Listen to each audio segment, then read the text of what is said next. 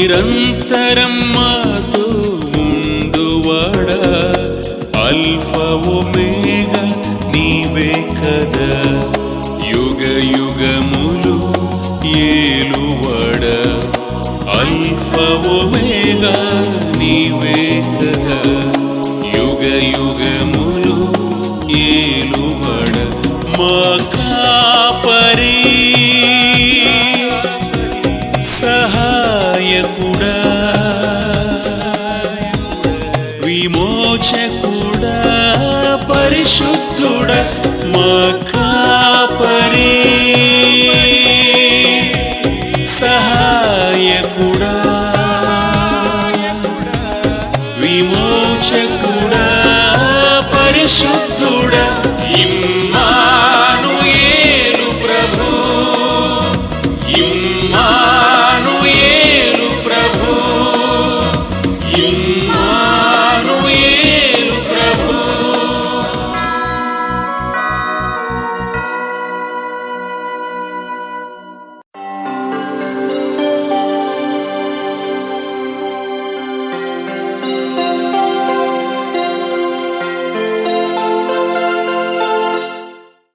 ప్రభునందు ప్రియులరా,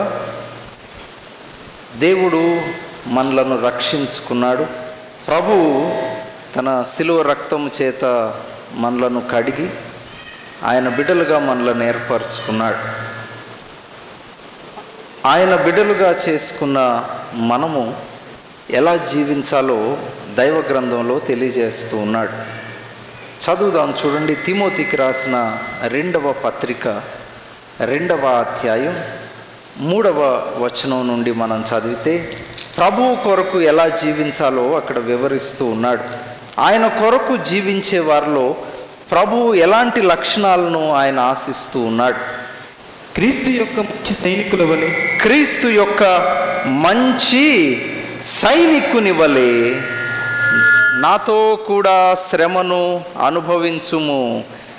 క్రీస్తు యొక్క మంచి సైనికుని వలె, బీ అ గుడ్ సోల్జర్. యుద్ధానికి వెళ్ళాలంటే యుద్ధానికి ఎవరు కావాలి? సైనికులు కావాలి. సైనికులు కూడా ఎలాంటి వారై ఉండాలి? సిద్ధపాటు కలిగిన సైనికులై ఉండాలి. అన్ని అస్త్రములు కలిగిన వారు కావాలి. అన్ని ఆయుధాలు సిద్ధపరిచిన వారు కావాలి. అది కూడా సైనికుని వలె అంటూ ఎలాంటి సైనికుడో వివరిస్తూ ఉన్నాడు. మంచి సైనికుడు, క్రీస్తు యొక్క మంచి సైనికుని వలె. సైనికునిలో పోరాట పటిమ లేకపోతే యుద్ధానికి వెళ్ళడము సాధ్యము కాదు. సైనికునికి అన్ని ఆయుధాలు ఎలా వినియోగించాలో తెలియకపోతే అసలు అతను యుద్ధానికి పనికొచ్చేవాడు కాడు.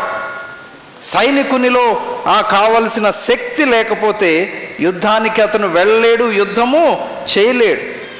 క్రీస్తు యొక్క సైనికులము మనము. క్రీస్తు ప్రభు యొక్క సైనికులు ఏం చేయాలో, ఎలా పోరాడాలో వివరిస్తూ ఉన్నాడు. క్రీస్తు యేసు యొక్క మంచి సైనికుని వలె నాతో కలిసి నీవు ముందుకు సాగమంటూ ఉన్నాడు. మంచి సైనికుడు ఏం చేస్తాడు? మంచి సైనికులలో ఉండవలసిన లక్షణాలు ఏమిటి? ఆయన మనలను విమోచించాడు, తన రక్తములో కడిగి శుద్ధీకరించాడు. ఆయన కొరకు మనము జీవించాలి. ఆయన కొరకు యుద్ధములో జయము పొందాలి. మంచి సైనికులము వలె ఏమిటి లక్షణాలు? మంచి సైనికులలో మొదటిగా ఉండవలసిన లక్షణం విధేయత. ఏమిటన్నాను నేను? మొదటిగా ఉండవలసిన లక్షణము విధేయత. ప్రభువుకు విధేయత చూపే వారంగా ఉండాలి. ప్రభువుకు సంపూర్ణ విధేయత చూపాలి. ఆయన ఆజ్ఞలకు విధేయత చూపాలి. ఆయనకు లోబడాలి. సైనికుడు విధేయుడై ఉంటాడు. ఎప్పుడు యుద్ధానికి వెళ్ళమంటే అప్పుడు వెళ్తాడు. ఎక్కడ నిలుచుని యుద్ధం చేయమంటే అక్కడ చేస్తాడు.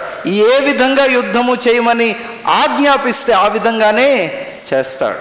మనం కూడా మంచి సైనికుల వలె ప్రభువుకు సంపూర్ణ విధేయతను కనుపరచాలి. ఎప్పుడు ఇంత విధేయతను మనం కనుపరచగలుగుతాం? యోహాను సువార్త 14వ అధ్యాయం 14వ వచనం మనం చదివితే విధేయతను గూర్చి మాట్లాడుతూ ఉన్నాడు.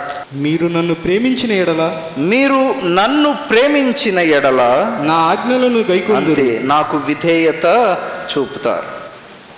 ఎప్పుడు ఆయనకు విధేయులుగా ఉండగలమంట? మీరు నన్ను ప్రేమించిన ఎడల, మీరు నన్ను ప్రేమించిన ఎడల. ఆయనను ప్రేమించుట. ప్రభు మనలను ఎంతగానో ప్రేమించాడు, మన కొరకు సిలువలో తన ప్రాణాన్నే బలిగా అర్పించాడు. మనం ఏం చేయాలి? ఆయనను ప్రేమించాలి. ఆయనను ప్రేమించిన వారు ఆయనకు సంపూర్ణ విధేయత కనుపరుస్తారు. ఆయనను ప్రేమించిన వారు ఆయనకు లోబడి ఉంటారు. మీరు నన్ను ప్రేమించిన ఎడల నా ఆజ్ఞలకు విధేయులై ఉంటారు. విధేయత ప్రభు మన నుండి ఆశిస్తూ ఉన్నాడు. సంపూర్ణంగా ఆయనకు లోబడి ఆయన ఆజ్ఞలను అనుసరించి నడవాలని ప్రభు ఆశిస్తూ ఉన్నాడు. విధేయత చూపాలి. ఆయనను ప్రేమించువారు ఆయనకు విధేయత చూపుతారు. దైవ గ్రంథంలో విధేయత చూపిన వారు ఆశీర్వాదం పొందారు. విధేయత చూపిన వారు ఆశీర్వాదం పొందారు. ఒక రాజును మనం దైవ గ్రంథంలో జ్ఞాపకం చేసుకుంటే, రాజైన హిజ్కియా మరణకరమైన రోగము సంభవించింది. అతని పరిస్థితి ఏమిటంటే ఇక చనిపోతాడు. ఆ రోగము వలన అతడు బ్రతకడు. మరణకరమైన రోగం అది. ఆ పరిస్థితిలో హిజ్కియా దేవుని సన్నిధిలో మొరపెట్టాడు. కన్నీటి ప్రార్థన చేశాడు. దేవా, దయచేసి నన్ను కరుణించు, నా రోగమును దూరపరచు, మరణమును నా నుండి దూరపరచు, నాకు ఆయుష్ను దయచేయి. దేవుని సన్నిధిలో హిజ్కియా మొరపెట్టాడు. హిజ్కియా మొరను దేవుడు ఆలకించాడు. ప్రార్థన దేవుడు తప్పక ఆలకించువాడు. ప్రార్థనకు జవాబు దయచేసేవాడు ఆయన. హిజ్కియా మొరను దేవుడు ఆలకించి హిజ్కియాకు ఆయుష్ను పొడిగించాడు. ఎంత ఆయుష్ను పొడిగించాడంటే 15 సంవత్సరాల ఆయుష్ను పొడిగించాడు. ఆహా, హిజ్కియా ఆయువు పొడిగించబడిన వాడుగా మరలా రాజ్య పరిపాలన చేస్తూ ఉన్నాడు. ఈ 15 సంవత్సరాల కాలములో, ఆయువు పొడిగించబడిన ఈ 15 సంవత్సరాల కాలములో హిజ్కియాకు ఒక కుమారుడు జన్మించాడు. 3వ సంవత్సరములో హిజ్కియాకు కుమారుడు జన్మించాడు. అతని పేరు మనష్షే. హిజ్కియా కుమారుని పేరు మనష్షే. దేవుడు కృప చూపాడు. హిజ్కియాకు ఆయుష్ను పొడిగించాడు, మనష్షేను దయచేశాడు. అయినప్పటికీ కూడా హిజ్కియా తన కుమారుడైన మనష్షేను దేవుని మార్గములో పెంచలేకపోయాడు. దేవునికి విధేయత చూపనివాడు మనష్షే. దైవ గ్రంథంలో మనష్షేను గూర్చి మనం చదువుతాం. మనష్షే విధేయత చూపనివాడు, దేవుని మార్గములో పెరగనివాడు. భయంకరమైన పరిస్థితి. మన బిడ్డలను దేవునికి విధేయులుగా పెంచాలి. మనము దేవునికి విధేయత చూపాలి. వారిని కూడా సంపూర్ణ విధేయత ప్రభువుకు చూపేవారుగా, దేవుని ప్రేమించేవారుగా, దేవుని ఆజ్ఞలను అనుసరించి నడిచేవారుగా వారిని మనం పెంచాలి. హిజ్కియా కుమారుడైన మనష్షేను దేవుని మార్గములో పెంచలేకపోయాడు. మనష్షే హిజ్కియా తర్వాత రాజయ్యాడు. ఏమాత్రం కూడా దేవుని యందు భయభక్తులు లేని పరిపాలన, దేవునికి లోబడని జీవితం, విధేయత లేని జీవితం మనష్షేలో మనం గమనిస్తూ ఉన్నాం. మనష్షే ఇష్టానుసారముగా రాజ్యాన్ని పరిపాలిస్తూ వచ్చాడు. దేవతా విగ్రహాలను నిలిపాడు. మందిరమును అపవిత్రపరిచి దేవుని బిడ్డలను దేవుని మార్గములో నడపని స్థితిలో ఉన్నాడు మనష్షే. దేవుని ఉగ్రత మనష్షే మీదకి రావడం దైవ గ్రంథంలో గమనిస్తాం. దేవుని ఉగ్రత మనష్షే మీదకి రావడం దైవ గ్రంథంలో మనం గమనిస్తాం. ఏమైంది? మనష్షేను చెరపట్టుకొని వెళ్ళిపోయాడు. శత్రువు వచ్చాడు. వేరే రాజు మనష్షే మీద యుద్ధానికి వచ్చి మనష్షేను బందీగా తీసుకొని వెళ్ళిపోయారు, చెరపట్టి తీసుకొని వెళ్ళిపోయారు. అప్పుడు మనష్షే దేవుని సన్నిధిలో మొర్ర పెడుతూ ఉన్నాడు. అయ్యో దేవా, నీ మార్గములో నేను నడవలేకపోయాను, నీ మార్గములో నడవలేకపోయాను, నీకు విధేయత చూపలేకపోయాను, సరి అయిన పరిపాలన చేయలేకపోయాను, నీ ఆజ్ఞలను అనుసరించలేదు, నేను నిన్ను ప్రేమించలేని వాడిగా ఉన్నాను, దయచేసి నన్ను క్షమించమని దేవుని సన్నిధిలో మొరపెట్టగా దేవుడు మనష్షేను కరుణించాడు. మనష్షేను దేవుడు కనికరించాడు. మరలా తన రాజ్యమునకు తీసుకొని వచ్చి సింహాసనము మీద మనష్షేని కూర్చుండబెట్టాడు. చదువుదాం చూడండి, దైవ గ్రంథములో దినవృత్తాంతములు 2వ గ్రంథం 33వ అధ్యాయం 12వ వచనం చదువుదాం. అతడు శ్రమలో ఉన్నప్పుడు గమనించండి, శ్రమలో ఉన్నప్పుడు తన దేవుడని యెహోవాను బతిమాలుకొని దేవుడైన యెహోవాను ఆ చెరలో నుండి, బంధించబడిన స్థితిలో నుండి, చెరలో నుండి దేవునికి మొరపెడుతూ ఉన్నాడు. చెరలో ఉన్నప్పుడు దేవుడైన యెహోవాను బ్రతిమాలుకొని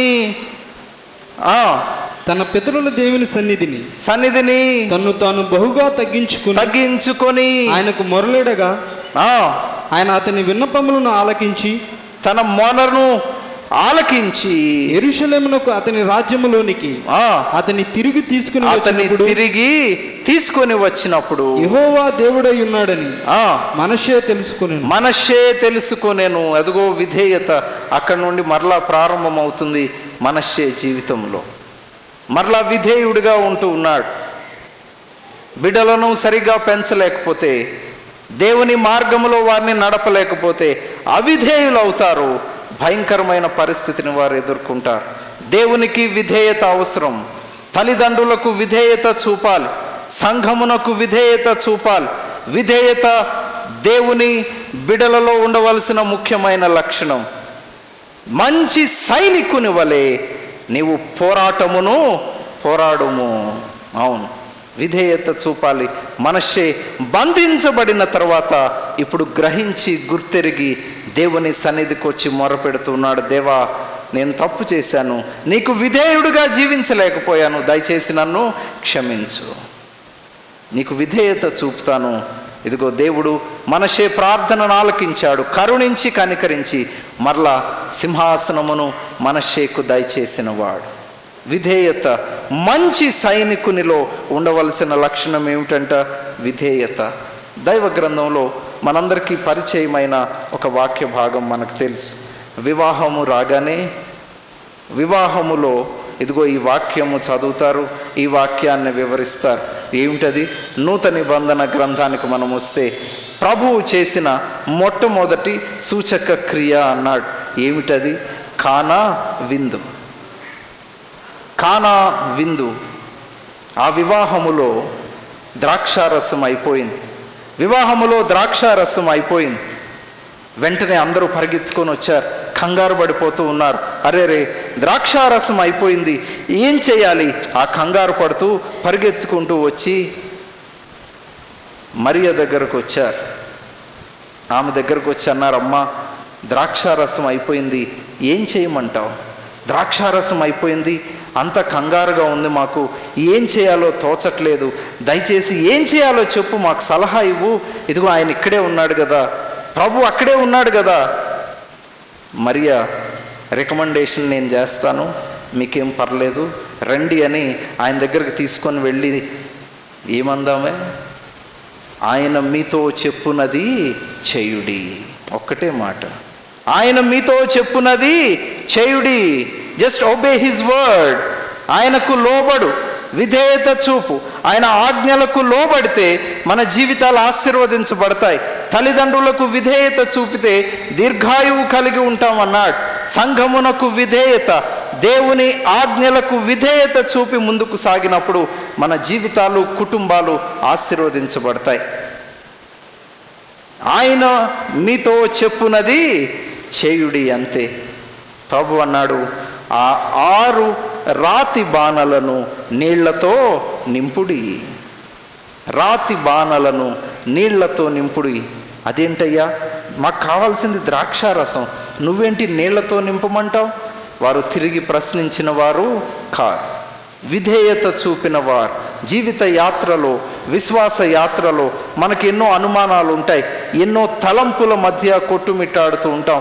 ఎప్పుడు ఏం చేయాలి, ఎలా ముందుకెళ్ళాలి, ఈ విషయంలో ఏ నిర్ణయం తీసుకోవాలి, నాకేం అర్థం అవ్వట్లేదు, ఏంటి ఇంత ప్రార్థన చేస్తున్నాను, దేవుడు జవాబు ఇవ్వట్లేదు.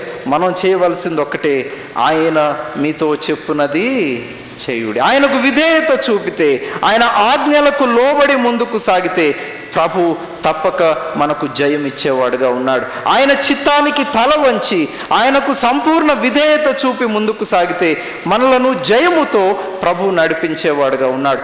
అనుమానాలను దూరపరుచుకోవాలి.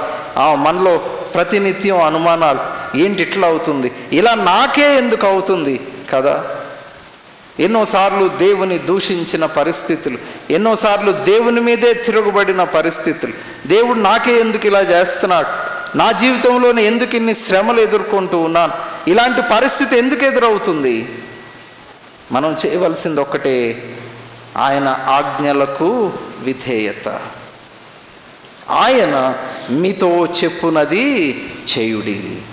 ఆయన చెప్పినది చేస్తూ ఆజ్ఞలకు విధేయత చూపుతూ సంపూర్ణంగా ప్రభువుకు లోబడి మనం ముందుకు సాగితే ప్రభువు తప్పక మనకు జయమును దయచేసేవాడుగా ఉన్నాడు. దైవ గ్రంథంలో మనం గమనిస్తూ ఉన్నాం, ఆ 6 రాతి బాణలను నీటితో నింపారు వారు. ఇప్పుడు తీసుకెళ్ళండి అన్నాడు. నీటితో నింపారు. విందు ప్రధాని దగ్గరకు తీసుకొని వెళ్ళారు. నీటినే, ఏమిటవి? నీరే. కానీ ఆ నీటిని ప్రభు ఏం చేశాడు? ద్రాక్షారసముగా మార్చినవాడు. మధురమైన ద్రాక్షారసం. అది ఆనందం ఇస్తుంది, సంతోషం ఇస్తుంది. గొప్ప కార్యములు చేయగల సమర్థుడు మన ప్రభు అయిన యేసుక్రీస్తు వారు. ఆయనకు లోబడి ఆయనకు విధేయత చూపి ఆయన చిత్తానికి మనలను మనం అప్పగించుకొని ముందుకు సాగితే ప్రభు మన జీవితాల్లో గొప్ప కార్యములు చేసేవాడుగా ఉంటాడు. మనం చూపాల్సింది విధేయత, సంపూర్ణ విధేయత, ఆయనకు లోబడి ముందుకు సాగుట. మంచి సైనికుని వలె నాతో కూడా నీవు పోరాడుము. మంచి సైనికునిలో ఉండాల్సిందేంటి? సంపూర్ణ విధేయత. ఆయనకు లోబడి అప్పగించుకొని జీవించినప్పుడు ప్రభు గొప్ప జయమును దయచేసేవాడుగా ఉన్నాడు. దైవ గ్రంథంలో మరొక రాజును గూర్చి మనం చదువుతాం. విధేయత చూపినవాడు, దేవునికి విధేయత చూపాడు. కానీ రాజు అంటున్నాం, ఎంత వయసులో రాజు అయ్యాడు? దైవ గ్రంథంలో ఈ రాజును గూర్చి గమనిద్దాం. చూడండి, దినవృత్తాంతములు 2వ గ్రంథం 34వ అధ్యాయం మనం చదివితే ఈ రాజు ఎంత వయసులో రాజుగా పట్టాభిషేకం చేయబడ్డాడు, ఎంత వయసులో సింహాసనాన్ని అధిష్ఠించాడు? యోషియా ఏలనారంభించినప్పుడు. ఎవరంట? యోషియా ఏలనారంభించినప్పుడు 8 ఏండ్ల వాడై. ఎంతంట వయసు? ఎంత వయసు ఈ రాజుకు?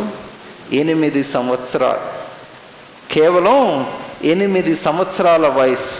జోసాయా, he became king at the age of 8. యోషియా ఏలనారంభించినప్పుడు 8 సంవత్సరాల వాడు. మన పిల్లలనైతే అబ్బో ఎంత గారాబం చేస్తాం, 8 సంవత్సరాల వయసు. నిజమే. కానీ యోషియా పరిపాలన చేశాడు. ఏం చేశాడు? ఏం తెలుస్తుందిలే అనుకుంటాం, వాళ్ళకేం తెలుసులేండి, చిన్నపిల్లలండి.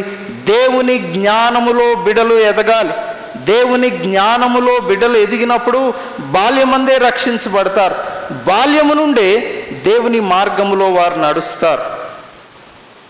బాల్య దినమందే సృష్టికర్తను స్మరణకు తెచ్చుకొనుము.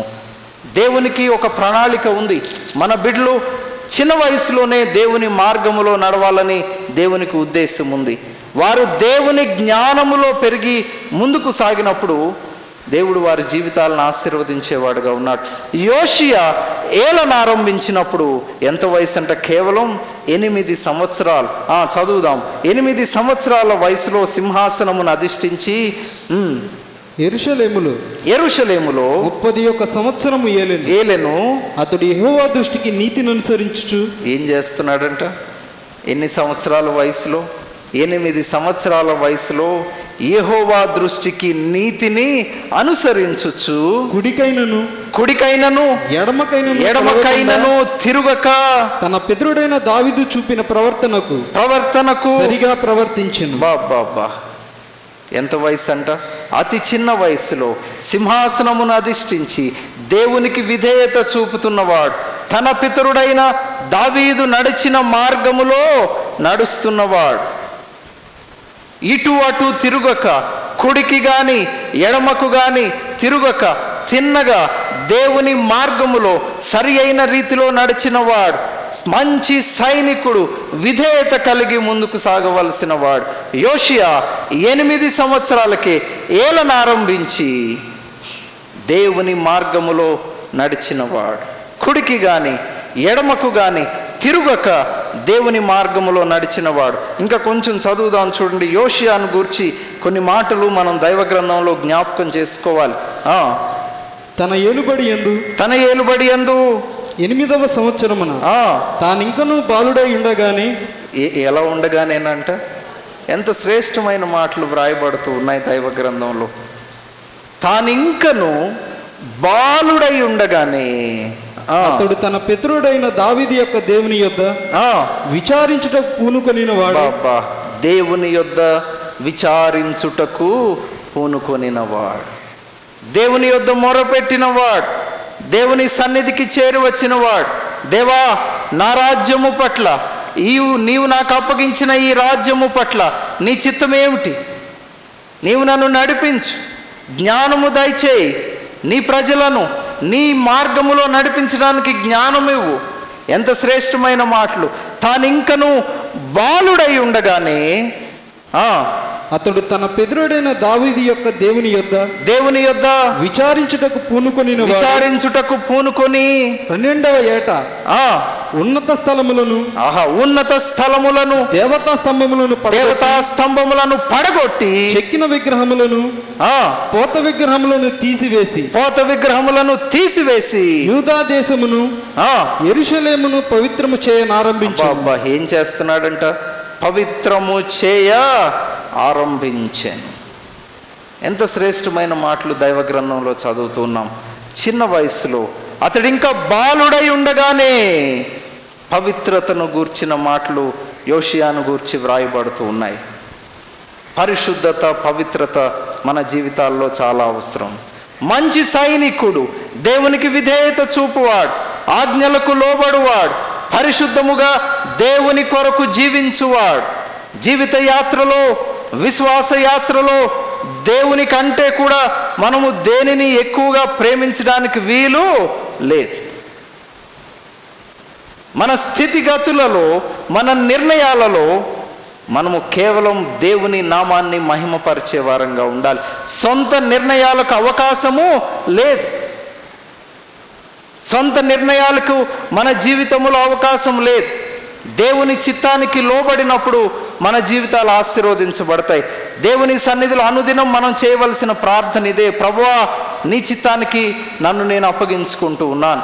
నా జీవితాన్ని, నా కుటుంబాన్ని నీ చేతులకు అప్పగిస్తున్నాను.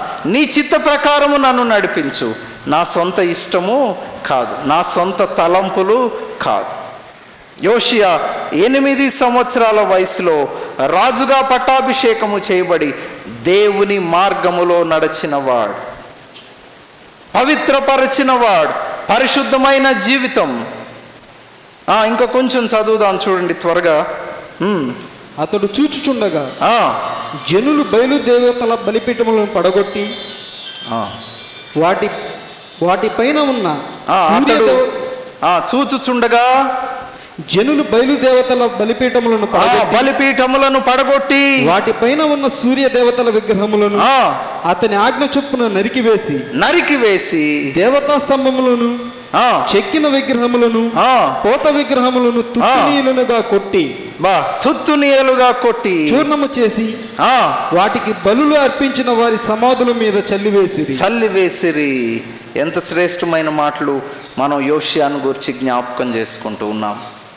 దేవుని కొరకు జీవించాలన్న నిర్ణయం, దేవునికి సంపూర్ణ విధేయత అంటే ఆ వ్యక్తి జీవితంలో అతను చేసిన కార్యములను బట్టి మనం గమనించగలం. దేవునికి మన జీవితాన్ని సంపూర్ణంగా అప్పగించాలి. సంపూర్ణ విధేయత ప్రభు పట్ల మనము కనుపరచాలి. అతడింకను బాలుడై ఉండగానే, ఎలా ఉన్నాడంట? బాలుడై ఉండగానే ఈ కార్యములన్నీ చేస్తున్నట్లు దైవ గ్రంథంలో మనం చదువుతూ ఉన్నాం. దేవునికి విధేయత చూపినప్పుడు మన జీవితాలు ఆశీర్వదించబడతాయి. ఆఖరుగా 27వ వచనం చదువుదాం. దినవృత్తాంతములు 2వ గ్రంథం 34వ అధ్యాయం 27వ వచనం. నీ మనసు మెత్తనిదే, ఈ స్థలము మీదను ఆ, దాని కాపురస్తుల మీదను దాని కాపురస్తుల మీదను దేవుడు పలికిన మాటలను ఆ, నీవు వినినప్పుడు ఆ, నా సన్నిధిని నిన్ను నీవు తగ్గించుకొని నా సన్నిధిని నీవు తగ్గించుకొని నీ వస్త్రములు చింపుకొని ఆ, నా సన్నిధి కన్నీరు విడిచితివి గనుక ఆ మాటలు గమనించండి. యోషియా చేసిన పని దైవ గ్రంథంలో వ్రాయబడుతూ ఉంది. ధర్మశాస్త్రము ఆయన ఎదుట చదవబడినప్పుడు, దేవుని మాటలు, దేవుని వాక్యము యోషియా ఎదుట చదవబడినప్పుడు యోషియా ఏం చేశాడంట? వస్త్రములను చింపుకొని కన్నీళ్లు విడుచుచు దేవుని సన్నిధిలో మొరపెట్టాడు గనుక దేవుడు అంటూ ఉన్నాడు, నా ఎదుట నీవు కన్నీళ్లు విడిచావు గనుక నీ మనవిని నేను నీ మనవిని నేను ఆహాహా శ్రేష్టమైన ప్రార్థన దేవుని సన్నిధిలో చేస్తూ ఉన్నాడు. కన్నీటితో మొర్రపెట్టిన వాడు యోషియా. ఈ దినం దేవుని సన్నిధికి చేరి వద్దాం. దేవుని బిడ్డలమని చెప్పుకుంటూ ఉన్నాం, క్రైస్తవులమని చెప్పుకుంటూ ఉన్నాం. దేవుడంటే నాకు ఇష్టమేనా అంటూ ఉన్నావు. నిజమే, మంచిదే. దేవుని కొరకు మంచి సైనికుని వలె సరి అయిన పోరాటము చేసే వ్యక్తులముగా ఆయనకు సంపూర్ణ విధేయత కలిగి మనం జీవించాలి. విధేయత, ఆయన మీతో చెప్పునది చేయుడి. ఆయన ఆజ్ఞలకు సంపూర్ణంగా మనము లోబడాలి. ఆయన చెప్పిన రీతిగా మనము ముందుకు సాగినప్పుడు ప్రభు మన జీవితాలను ఆశీర్వదించేవాడు. సొంత నిర్ణయాలను, సొంత ఇష్టాన్ని దూరపరుచుకొని ప్రభువుకు సంపూర్ణంగా హృదయాన్ని సమర్పించి ఆయన చిత్త ప్రకారముగా ముందుకు సాగి ఆయన ఇచ్చే మేలు దీవెన పొందుదాం. ప్రార్థన చేద్దాం. మహోన్నతుడు అయిన తండ్రి, వాక్య ధ్యానంలో మీరు చూపిన కృపను బట్టి స్తోత్రాలు ప్రభువా. మీరు నన్ను ప్రేమించిన ఎడల నా ఆజ్ఞలను గైకొందురు. మిమ్మను ప్రేమించే వారముగా, మీకు విధేయత చూపువారముగా, మీకు సంపూర్ణంగా లోబడి మంచి సైనికుల వలె మీ కొరకు జీవించే కృపను ప్రతి ఒక్కరికి దయచేయండి. వాక్యము ప్రతి హృదయములో ఫలించే కృపను దయచేయండి తండ్రి. కృంగిన బిడ్డలను బలపరచండి, అనారోగ్యముతో ఉన్న వారిని స్వస్థపరచండి. ప్రతి సమస్యను మీ బిడ్డల జీవితాల్లో దూరపరిచి జయముతో నడిపించమని వేడుకుంటూ ఉన్నాం. వారికి ఉన్న అవసరత తీర్చి మీ మేలుతో వారిని తృప్తిపరచమని, ప్రతి బిడ్డను మీ కృపలో బలపరిచి దీవించమని మా ప్రభును ప్రియ రక్షకుడైన క్రీస్తు యేసు అత్యున్నత నామంలో స్తుతించి ప్రార్థిస్తున్నాము తండ్రి. ఆమేన్. మా address doctor M John David, post box number 004, Uyyuru, Krishna జిల్లా 52116.